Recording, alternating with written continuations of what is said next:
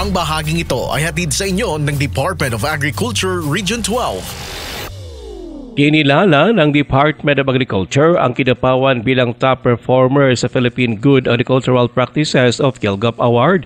Ang PhilGAP ay isang programa ng gobyerno na naglalayong tiyakin ang kaligtasan at kalidad ng mga produktong pang-agrikultura. Naging batayan naman ng DA sa pagbibigay na nasabing parangal ang responsableng pamamaraan ng pagsasaka, food safety, pangangalaga sa kapaligiran, kalusugan, kalidad ng mga produkto at kaligtasan ng mga farm workers.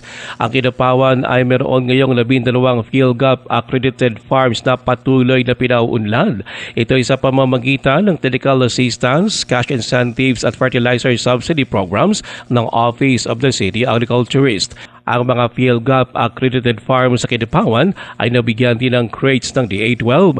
Ang paggawad ng PhilGAP Award ay bilang pagtalima na rin sa Food Safety Act of 2013.